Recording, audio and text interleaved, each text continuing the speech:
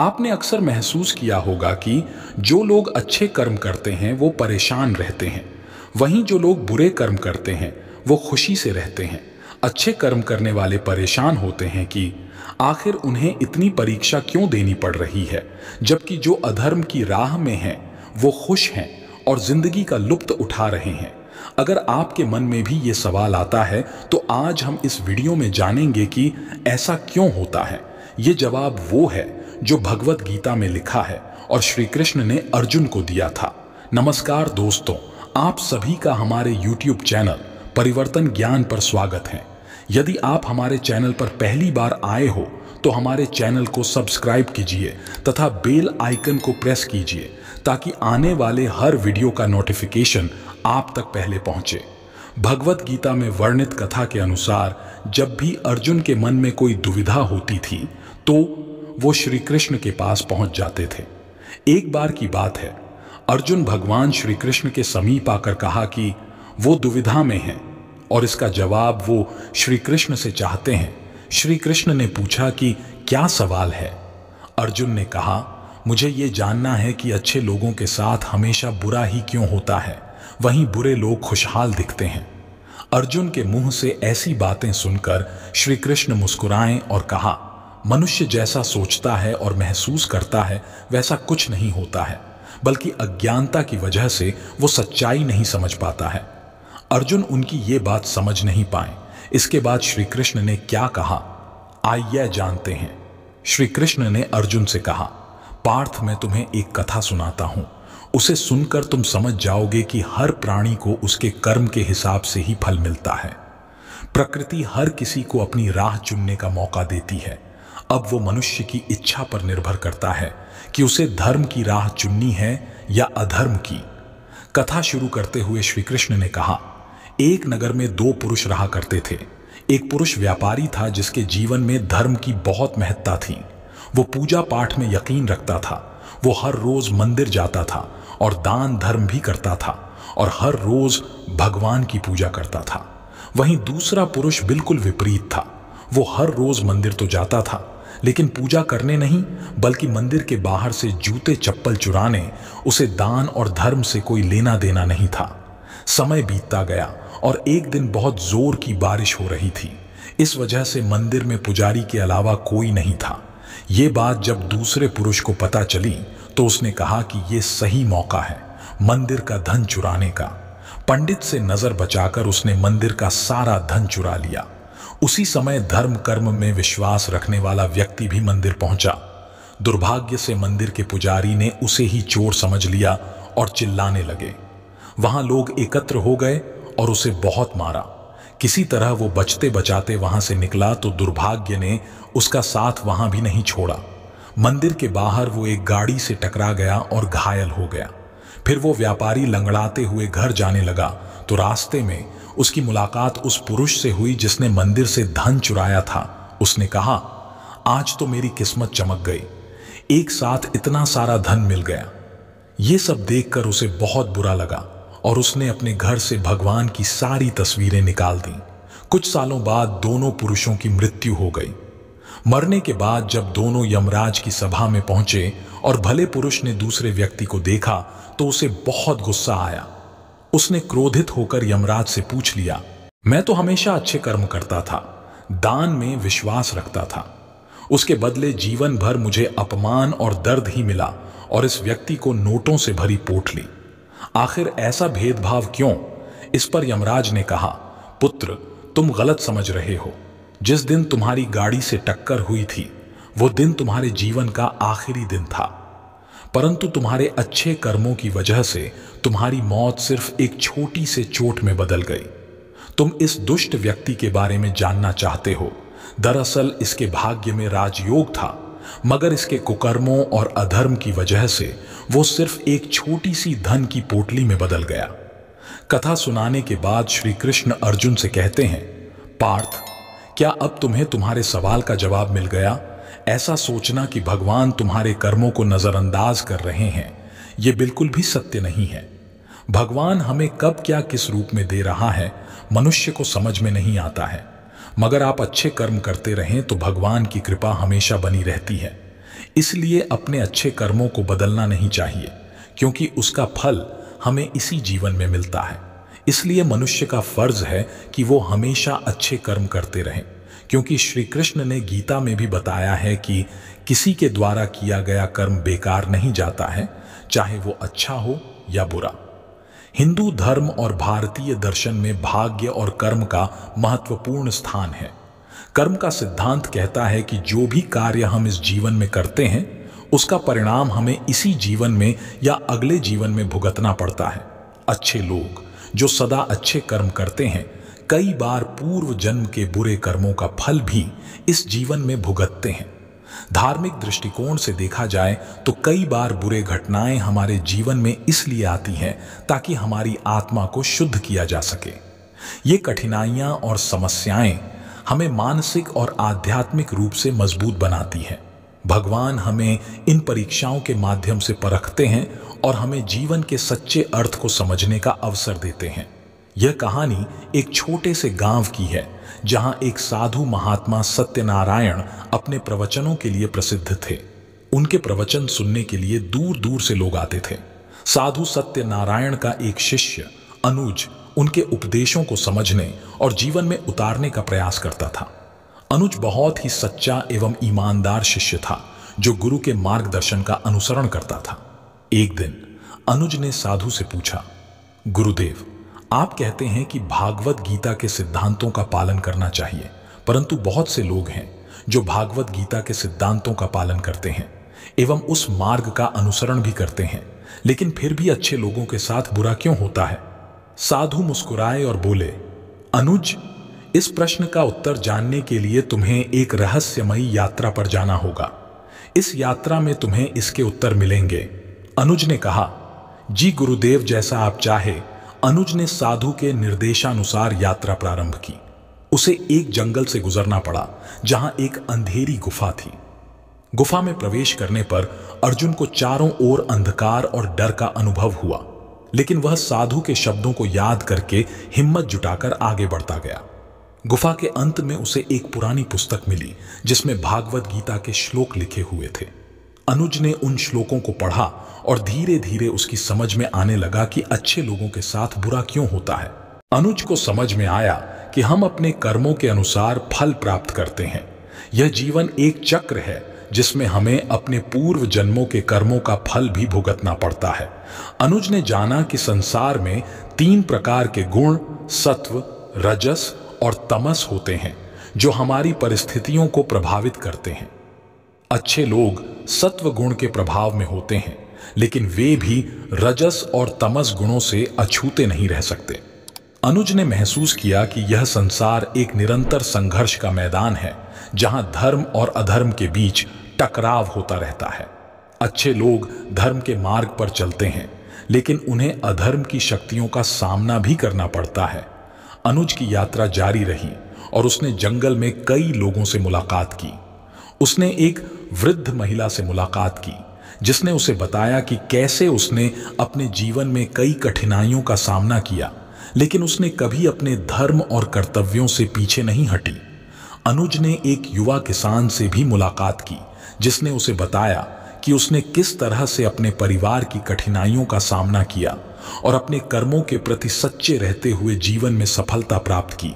अनुज अपनी यात्रा के अंत में वह एक पहाड़ी पर पहुंचा जहां उसे साधु सत्यनारायण मिल गए।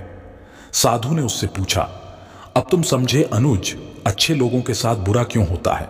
अनुज ने उत्तर दिया, हाँ गुरुदेव, मैं समझ गया हूं। यह जीवन कर्म, भाग्य और धर्म अधर्म के संघर्ष का परिणाम है।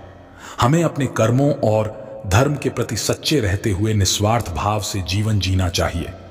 अनुज की रहस्यमयी यात्रा ने उसे भागवत गीता के सिद्धांतों को गहराई से समझने का अवसर प्रदान किया। उसने सीखा कि जीवन की कठिनाइयों का सामना धैर्य, साहस और विश्वास के साथ करना चाहिए।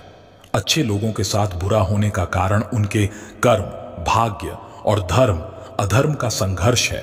भागवत गीता के सिद्धांत न केवल आध्यात्मिक दृष्टिकोण से बल्कि व्यावहारिक जीवन में भी हमें मार्गदर्शन प्रदान करते हैं। यह ज्ञान हमें सिखाता है कि हमें अपने धर्म और कर्तव्यों का पालन करना चाहिए और निस्वार्थ भाव से कर्म करना चाहिए। भागवत गीता का अध्ययन और उसके सिद्धांतों का पालन हमें जीवन की कठिनाइयों और समस्याओं का सामना करने में सहायक होता है। यह हमें सिखाता है कि हमें अपने कर्मों और धर्म के प्रति सच्चे रहना चाहिए और जीवन की अनिश्चितताओं का सामना धैर्य और साहस के साथ करना चाहिए। भागवत गीता के सिद्धांत हमारे जीवन को सही दिशा में ले जाने में सहायक होते हैं। मैंने हमेशा अनुभव किया है कि अच्छे इंसान के साथ ही बुरा क्यों होता है। अक्सर लोग कहते हैं कर्म के कारण, पर ऐसा नहीं है, क्योंकि एक छोटी बच्ची का कोई कर्म गलत नहीं होता, फिर भी उसके साथ न जाने क्या क्या हो जाता है, तो कर्म का कोई लेना देना नहीं है। ऐसा मेरा अनुभव है। आप लोगों का क्या अनुभव है, कमेंट में जरूर बताना। एक आम निष्कर्ष तो यही है कि अगर आप शेर को नहीं छेड़ते तो इसका मतलब यह नहीं कि शेर भी आपको नहीं खाएगा। तो फिर क्या यह संसार हमेशा से इसी तरह संचालित होता आया है? शायद हाँ। इससे जुड़ी एक रोचक कहानी है। एक बार किसी जंगल में एक लड़का नदी किनारे घूम रहा था। तभी उसने एक दुखी और हताश स्वर में किसी के रोने की आवाज सुनी। उसने देखा कि एक मगरमच्छ जाल में उलझा हुआ है और मदद के लिए पुकार लगा रहा है। वह लड़का उसकी मदद करना चाहता था, परंतु उसे उस पर संदेह भी था। मगरमच्छ बोला, कृपया मेरी मदद करो, मुझे बचा लो, मुझे रिहा कर दो, नहीं तो मैं इसी जाल में फंसे हुए मर जाऊंगा। लड़का बोलता है, अगर मैं आपकी मदद करता हूं तो आप आजाद होते हुए ही मुझे खाने का प्रयास करेंगे, इसलिए मैं आपका मदद नहीं कर सकता। मगरमच्छ रोते हुए बोलता है, मैं उस व्यक्ति को कैसे खा सकता हूं जिसने मेरी जान बचाई? इस विशाल वन में बहुत से जीव जंतु हैं जिन्हें मैं खा सकता हूं। आप विश्वास रखें, मैं आपको कोई हानि नहीं पहुंचाऊंगा और सदैव आपका ऋणी रहूंगा। लड़के को दया आ गई और उसने जाल काटना शुरू कर दिया। जैसे ही मगरमच्छ का सिर जाल से बाहर आया तो उसने लड़के के पैर को अपने जबड़े में जकड़ लिया और मगरमच्छ बोलने लगा, हे बालक, मैं बहुत दिनों से भूखा हूं, तुम एक अच्छे शिकार हो, भला मैं तुझे कैसे छोड़ सकता? लड़का डर गया और बोला, यह क्या बकवास कर रहे हो? लालत है तुम पर, मैंने तुम्हारा जान बचाया और मुझे खाने की सोच रहे हो। मगरमच्छ बोला, मैं क्या कर सकता हूं, यही दुनिया का दस्तूर है। लड़का रोते हुए बोला, यह तो पूर्णतः अनुचित है, यह विश्वासघात है। मगरमच्छ बोला, अनुचित से क्या मतलब है? तुम किसी से भी पूछ लो, वे तुम्हें बताएंगे कि यह संसार कैसे संचालित होता है। अगर वे मुझे गलत साबित करते हैं तो मैं तुम्हें छोड़ दूंगा।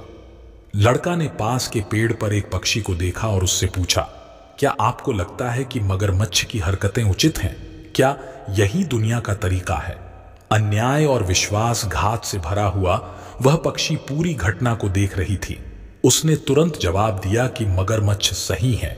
उसने बताया कि कैसे उसने बहुत मेहनत से एक घोंसला बनाया और अपने अंडे दिए, और फिर एक दिन एक सांप ने आकर सारे अंडे निगल लिए और उसकी मेहनत बेकार चली गई।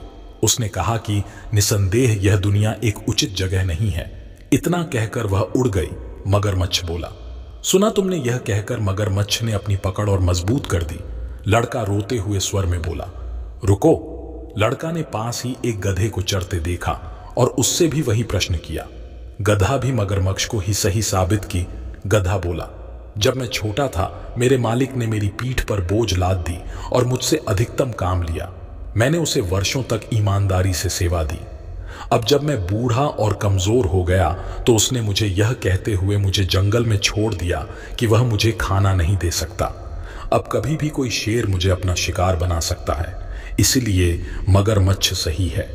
इस संसार में बहुत अन्याय, असमानता और अनुचितता है। मगरमच्छ अब बहुत हो गया और बोला, मुझे भूख लगी है, तुम ईश्वर से अपनी अंतिम प्रार्थना कर लो। लड़का बोला, मुझे एक अंतिम अवसर दो, मुझे उस लोमड़ी से भी यह पूछ लेने दो। वह लोमड़ी भी सब कुछ बहुत देर से देख रहा था। मगरमच्छ बोला, क्यों नहीं, तुमने मुझे बचाया है, मैं तुम्हें एक और अंतिम मौका देता हूं। फिर लड़का ने लोमड़ी से भी वही सवाल किया। लोमड़ी का जवाब पक्षी और गधे से पूरी तरह से अलग था। लोमड़ी बोला, यह पूरी तरह बकवास है, ऐसा बिल्कुल भी नहीं है। दुनिया एक पूरी तरह से उचित जगह है। मगरमच्छ बोला, यह क्या बकवास है? मूर्ख लोमड़ी, बेशक यह दुनिया एक अनुचित जगह है। मुझे देखो, मैं बिना किसी गलती के इस जाल में फंस गया था। लोमड़ी बोला। ऐसा लग रहा है जैसे मुंह में पान रखकर बातें कर रहा हो। स्पष्ट और जोर से बोलो। मगरमच्छ बोला। मैं तुम्हारी चालाकी समझ रहा हूं। मैं स्पष्ट रूप से बोलने के लिए अपना मुंह खोलूंगा और लड़का बचकर भाग जाएगा। लोमड़ी बोला। तुम मूर्ख हो क्या? क्या तुम भूल गए कि तुम्हारी पूंछ कितनी मजबूत है? यदि वह भागने की कोशिश करता है तो वह मर जाएगा। तुम यहां के आसपास के सबसे ताकतवर जानवर हो। मगरमच्छ इस झूठी प्रशंसा से खुश हो गया और तर्क जारी रखने के लिए अपना मुंह खोल दिया। मुंह खोलते ही लोमड़ी जोर जोर से चिल्लाते हुए बोला, भागो लड़के भागो, दूर भाग जाओ। आजाद होते ही लड़का पूरी ताकत लगाकर वहां से भाग गया। मगरमच्छ बोला, धोखेबाज, तुमने मेरा खाना छीन लिया। यह बहुत अनुचित है। लोमड़ी बोला, उचित अनुचित की बात तुम ना ही करो तो बेहतर होगा। लड़का गांव भाग गया और गांव के सभी आदमियों को इकट्ठा कर लिया, जो अपने भाले, तलवार और लाठी डंडा लेकर आए और मगरमच्छ को मार डाला। लेकिन उनका एक पालतू कुत्ता था जो उनके साथ आया था। लोमड़ी को देखा और उसका पीछा किया। अरे अरे, लड़का चिल्लाया और अपने कुत्ते को पकड़ने की कोशिश की। इस लोमड़ी ने मेरी जान बचाई है, उस पर हमला मत करो। लेकिन बहुत देर हो चुकी थी। कुत्ते ने लोमड़ी की गर्दन में अपने नुकीले दांत से जकड़ लिया था। लोमड़ी अब बेजान हो चुकी थी। लड़का सोच में पड़ गया। शायद मगरमच्छ सही था। दुनिया अनहोनी और अनिश्चितता से भरी हुई है। यही जीवन है। आप कितने आध्यात्मिक या अच्छे हैं, इसका इस बात से कोई संबंध नहीं है कि आपको कितना कष्ट सहना होगा। किसी के आध्यात्मिक विकास का मतलब यह नहीं है कि वह प्रकृति के नियमों के दायरे से बाहर है। इससे कोई फर्क नहीं पड़ता कि कोई लड़का है, मगरमच्छ है, गधा है या लोमड़ी। जीवन में कोई गारंटी नहीं है और शायद यह अनिश्चितता ही हमारे जीवन को साहसिक बनाती है। अच्छा या महान होना आपको शारीरिक या मानसिक रोगों से बचा नहीं सकता है। अच्छा होने का मतलब यह नहीं है कि आप सड़क दुर्घटना का शिकार नहीं हो सकते। अच्छा होने से आपके शेयर की कीमतों पर कोई असर नहीं पड़ता है। अच्छा होने मात्र से आप किसी प्रतियोगी परीक्षा में सफल नहीं हो सकते। फिर सवाल तो यही उठता है कि क्या हमें बुरा होना चाहिए? जी बिल्कुल नहीं। अच्छाई हमें चुनौतियों और कठिनाइयों का सामना करने की ताकत देती है। हमारी चुनौतियां हमें परखती हैं और उससे हमारा एक दृष्टिकोण निर्धारित होता है। बेशक हमारी अच्छाई हमें जीवन के कष्टों से नहीं बचा सकती, परंतु हमारा दृष्टिकोण हमें उस कष्ट की अवस्था में भी संबल प्रदान कर सकता है। एक उचित दृष्टिकोण के होने से आप कष्ट की अवस्था में भी दुख का अनुभव नहीं करेंगे। आपको परेशान करने की कोशिश अवश्य की जा सकती है, परंतु कोई आपको कुचल नहीं पाएगा। अच्छाई प्रार्थना है, ध्यान है, एक तप है। अच्छाई ही साक्षात ईश्वर है। अतः परिस्थिति के साथ ही चलना उचित है। साथियों, वीडियो में हमसे कोई त्रुटि हो गई हो तो हम उसके लिए क्षमा प्रार्थी है। वीडियो में दिए गए जानकारी मान्यताओं से आधारित हैं। हम या हमारा चैनल इसकी पूर्णता सत्यता की पुष्टि नहीं करते। दोस्तों, वीडियो अच्छी लगी तो चैनल को सब्सक्राइब करके वीडियो को लाइक शेयर भी कर दें। जल्द मिलते हैं एक और नई वीडियो के साथ। तब तक अपना ख्याल रखें। वीडियो देखने के लिए धन्यवाद। जय श्री राधे कृष्ण।